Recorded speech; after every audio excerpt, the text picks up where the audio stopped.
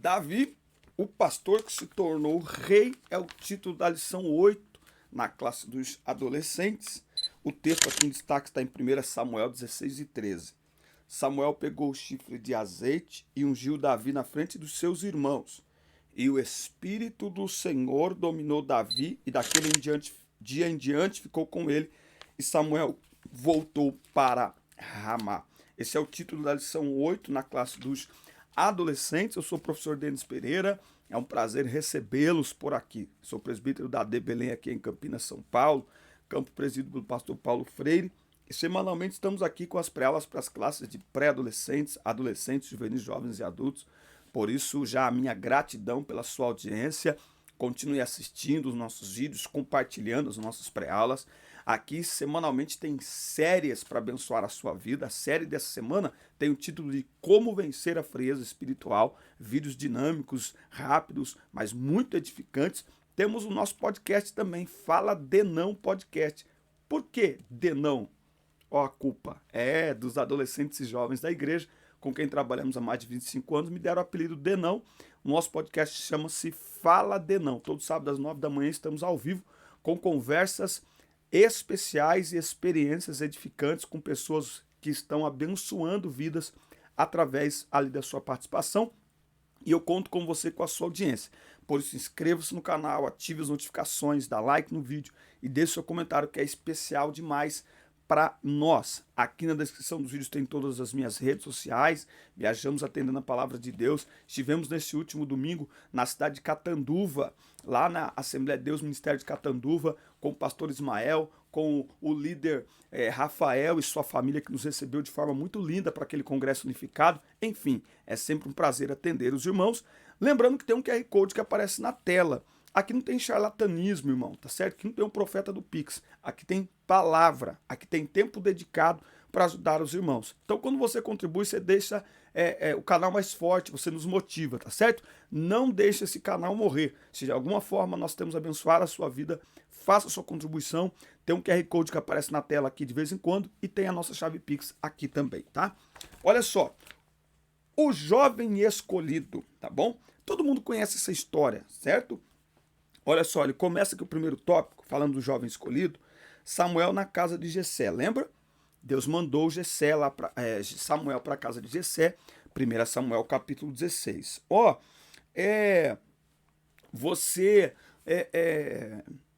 Até quando terás dó de Saul, havendo eu o rejeitado para ser rei de Israel? Saul foi rejeitado para ser rei. Deus não rejeitou Saul, rejeitou o que ele estava fazendo, porque para Deus mais importante é quem somos do que o que estamos fazendo. E para não perder Saul, Deus queria tratá-lo. Tirá-lo do trono era dar uma oportunidade para Saul se tratar e para Saul se lembrar de quem ele era de fato. E que o trono não era quem ele era. Ele estava no trono porque Deus o colocou lá. Tá certo? Mas Saul acabou se perdendo. E aí Deus enviou Jessé. Oh, Jesus! Deus enviou Samuel para a casa de Jessé para ungir ali um novo rei. E desde que ele foi ungido, desde que Davi foi ungido, as pessoas falam, tem hinos que falam, Davi estava esquecido, não sei o quê. Não chame de esquecimento aquilo que Deus chama de preparação. Anota aí, escreve aí. Vou te dar um tempo para você escrever. Quer que eu fale de novo? Não chame de esquecimento aquilo que Deus chama de preparação. Primeiro que em lugar nenhum na Bíblia está dizendo que Davi foi esquecido pelo seu pai cuidando de ovelhas. Mas a cultura diz que os filhos não cuidavam dos rebanhos, não sei o quê, não sei o quê. São inferências do texto. A Bíblia não diz isso, ok? O fato é que Davi estava trabalhando. E o fato é que Deus é poderoso para transformar todas as situações. Romanos 8, 28, todas as coisas cooperam para o bem. Então, por mais que culturalmente o filho não deveria estar cuidando de ovelhas, Davi estava no exato lugar onde Deus precisava. Porque o cuidar de ovelhas para o seu pai era um lugar de treinamento, de preparação para o que ele viria a cuidar mais para frente. Então não chame de esquecimento o que Deus chama de preparação. Por isso que às vezes, ao invés de ficar reclamando pelo lugar que se está, faça o melhor no lugar onde você está, porque talvez você não saiba, esse seja exatamente um lugar de preparação e treinamento de Deus para a tua vida, para coisas maiores. Agora tem gente que quer alcançar coisas maiores, mas não está fazendo bem feito o que deve ser feito no lugar aonde está. Pegou a visão? Então não chame de esquecimento aquilo que Deus chama de preparação. Quando você entende o lugar que você está como lugar de esquecimento, você murmura, você faz as coisas mal feitas. Quando você entende que Deus usa todos os ambientes para nos preparar para os seus planos e projetos na nossa vida, então não importa onde estivermos, nós sempre iremos fazer o melhor e glorificar o nome do Senhor. Foi assim com Davi, foi assim com José, foi assim com Esther, foi assim com Daniel, Sadraque, Mesaque, Abednego, foi assim com Jesus e deve ser assim com todos nós, tá? Depois disso, nós temos aí Davi lutando contra o gigante, que Davi não era um soldado aos olhos humanos, mas é interessante o testemunho que dão de Davi, Interessante o testemunho que dão de Davi antes dele vencer o gigante. Quando Saul fica atormentado por espíritos malignos, ele manda chamar alguém para tocar, para que ele sinta alívio daquela opressão maligna. E alguém testemunha assim para ele, falando alguém testemunha para Saul, falando ali sobre Davi. Versículo 18 do capítulo 16. Eis que vi um filho de Jessé belemita, que é hábil em tocar, e um homem forte e valente, e um homem de guerra, e prudente em questões, e uma pessoa formosa, e o Senhor está com ele. Então Davi tinha um bom testemunho. Ele não estava no lugar que as pessoas acham que deveria estar, alguém que venceria gigantes, mas ele estava no exato lugar que Deus o queria. Veja que tinha muitas recompensas para vencer Golias. Os soldados que estavam ali com Saul e o próprio Saul eram treinados para a batalha, mas ninguém ousou confrontar Golias. Só que Davi, ele chega naquele território para levar comidas pelos seus irmãos e, escutando o que estava acontecendo, ele se prontifica a lutar contra Golias. Isso não foi apoiado nem por seus irmãos e nem por Saul, mas Davi conta o testemunho de ter vencido leão e urso enquanto cuidava das ovelhas. O que são leões e ursos? São as pequenas batalhas do dia a dia. Esta aula é uma aula para adolescentes. Muitas vezes nós queremos vencer grandes batalhas, mas a pergunta que fica é: como você tem lutado as pequenas batalhas? Muitas vezes a pessoa quer ganhar um grande campeonato, mas e as pequenas batalhas do dia a dia? Como você tem enfrentado? O que te prepara para grandes batalhas é o seu enfrentamento diante das pequenas batalhas. Você nunca estará pronto para vencer Golias se primeiro você não vencer leão e urso. Leão e urso aqui são aquelas batalhas aparentemente insignificantes. São aquelas batalhas repetitivas, porque tinha muitos gigantes, mas uma vez vencido Golias, já era, ninguém mais vai querer afrontar Davi. Agora, leão e urso, você mata um, daqui a pouco vem outro. Você machuca um, daqui a pouco vem outro. Então, a maneira até como o texto está escrito mostra que talvez não foi só um leão e só um urso que Davi matou. O que Davi está querendo dizer aqui é o seguinte: eu estou acostumado a defender essas ovelhas com a minha vida. Seja contra leão, seja contra urso, seja contra cachorro do mato, seja contra hiena, o que for que vier, seja contra um crocodilo, eu estou disposto a defender as minhas ovelhas.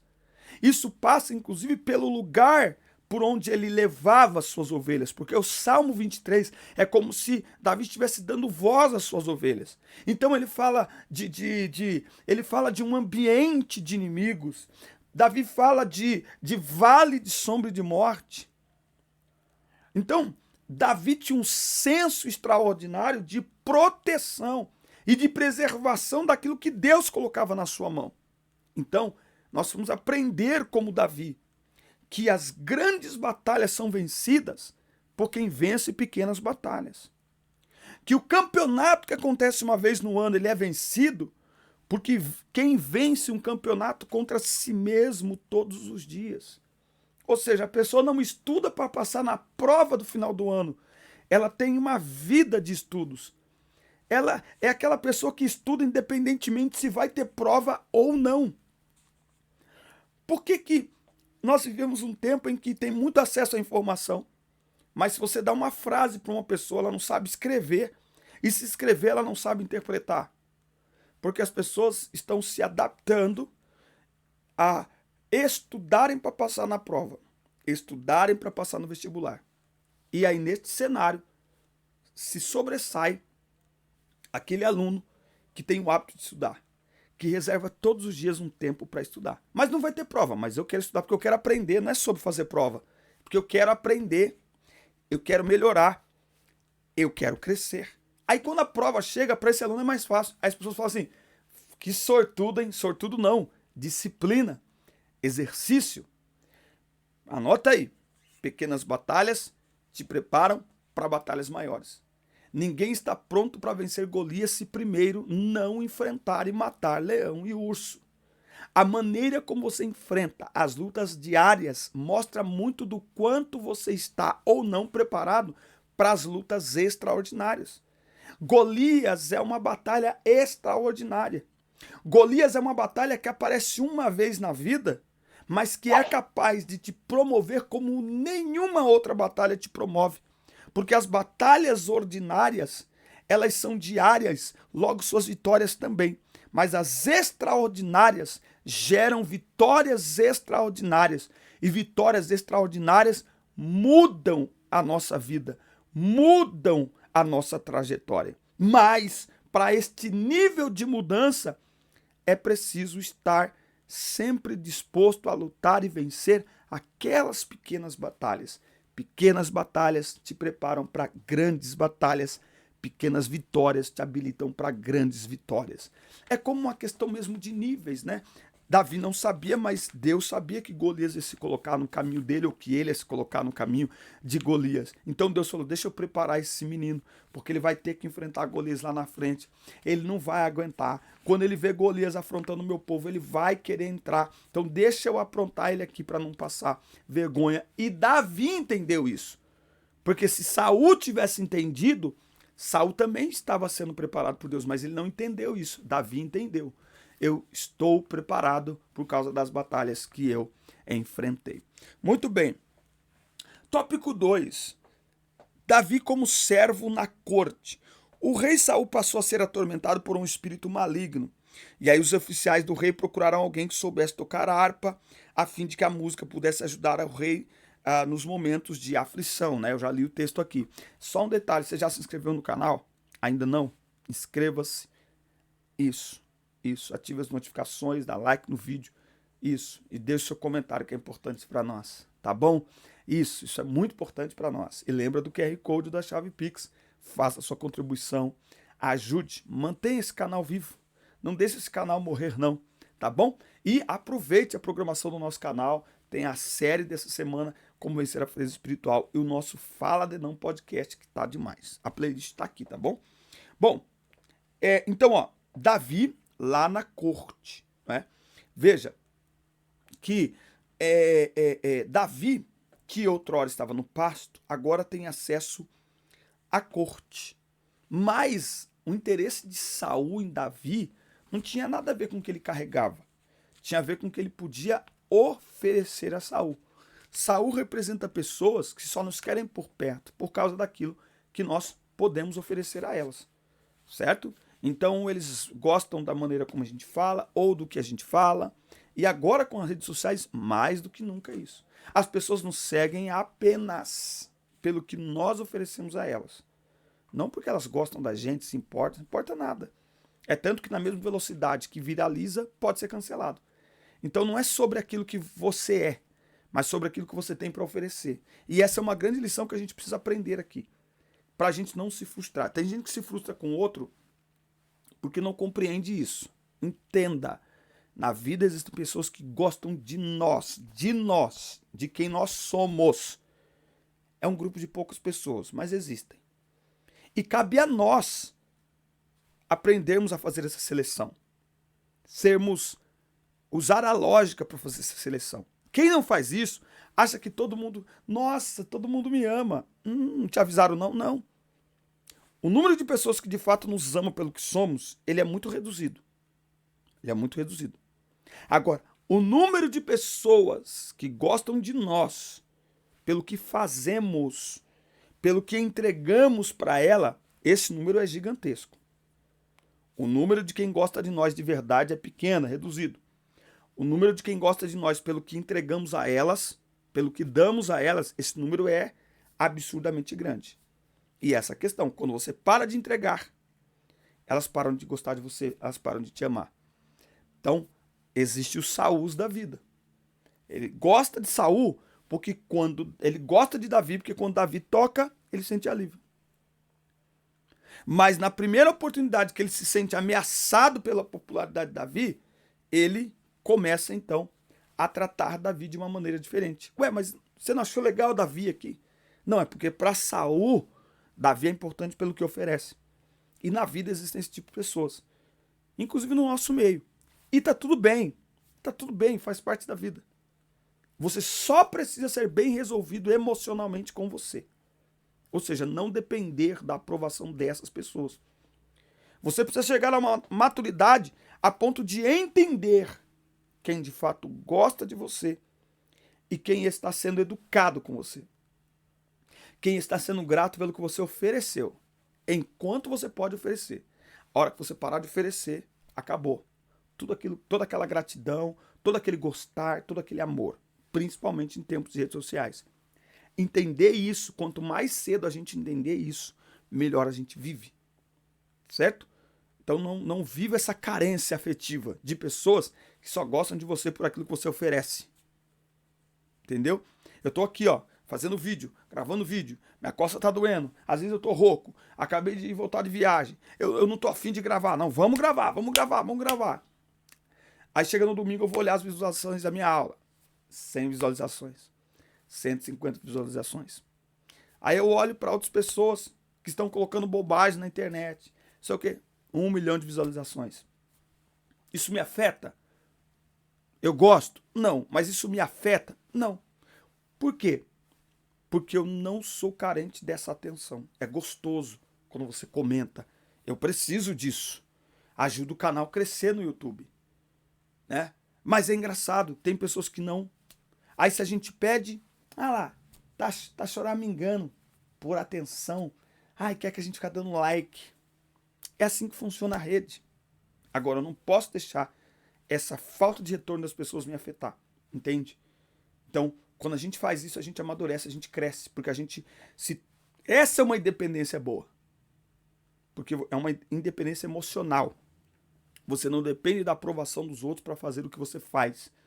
E você não faz porque gostam daquilo que você faz pelo propósito. Você faz por aquele que te chamou para fazer. E não por causa das pessoas, mas para as pessoas. Ou seja, se elas estiverem aí ou não, você continua fazendo. Porque o seu senso de propósito é muito maior do que a necessidade de aprovação. Certo? Então, ele vai falar aqui no terceiro tópico de perseguidor a perseguido. Davi começou a conviver com Saul ali por toda a corte, tinha todo acesso, né? Ele ia e voltava. As tarefas que Saul solicitava a Davi eram feitas com enorme habilidade. Então ele foi promovido ali, ele se tornou pajem de armas, responsável pelas armas de Saul. E Davi teve muito sucesso em suas missões. Então Davi se tornou um grande soldado de Saul. Agora, o sucesso de Davi encheu Saul de inveja. E Saul tentou matar Davi. Então Davi, de escolhido, passou a ser um fugitivo. Mas no seu momento de fuga ele teve a ajuda de Jonatas, que era filho de Saul, e com quem fez um acordo de proteção e bondade. Davi precisou se esconder para sobreviver por alguns anos. Isso aqui é interessante, tá? Davi teve algumas oportunidades de matar Saul, mas não fez, por entender que ainda não era a hora de Saul. E não só isso, tá? Davi não matou Saul porque Saul querer matar Davi dizia tudo sobre quem Saul era. Entende? A ação das pessoas contra nós diz tudo sobre elas. Nossa reação diante da ação das pessoas contra nós diz tudo sobre nós. Então Saul perdeu a presença de Deus, Davi não. Não é porque Saul perdeu a presença de Deus e quer matar Davi, que Davi vai usar isso como justificativa para matar Saul. Olha a lição aí, hein? Olha a lição aí. Então, Davi reconhecia que Saul tinha sido escolhido por Deus. E que não cabia a ele tomar qualquer atitude contra Saul, tá? Por fim, Saul entrou em batalha contra os filisteus e quando viu que estava perdendo, tirou sua própria vida para não morrer na mão dos filisteus. Nesta batalha morreram também os 3 filhos de Saul. E aí depois disso, Davi assumiu o reinado, tornando-se rei. Então o que essa lição nos ensina? Que Deus tem propósitos e planos na nossa vida e que nada impede. Não se frustrarão os planos de Deus. Você não pode impedir que Saul lhe ataque, mas você pode decidir que nada vai impedir você de chegar aonde Deus estabeleceu para você chegar. Então Davi só chegou ao trono para o qual ele foi ungido porque ele foi fiel a Deus, foi temente a Deus, se movimentou quando necessário, não é? Porque quando Deus faz promessas, ele cumpre promessas. O que Deus não falou para Davi, lá em 1 Samuel capítulo 16, é que entre a unção e o trono, ia ter dores, ia ter perdas, ia ter lutas, ia ter perseguição. Você está pronto? Todo mundo quer ser usado por Deus. Todo mundo quer ser bem sucedido. Mas você está pronto para a trajetória? Entre a promessa e o cumprimento dela, tem uma coisinha chamada processo. E só vive o cumprimento da promessa quem suporta o processo. Que isso? Só vive quem suporta o processo.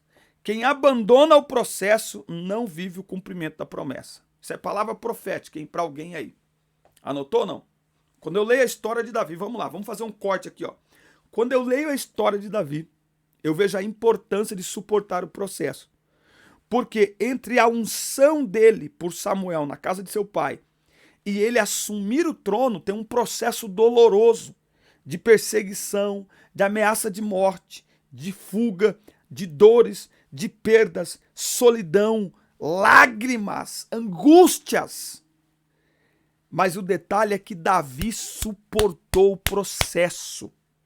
Porque entre promessa e cumprimento tem processo. E só vive cumprimento de promessa quem suporta o processo.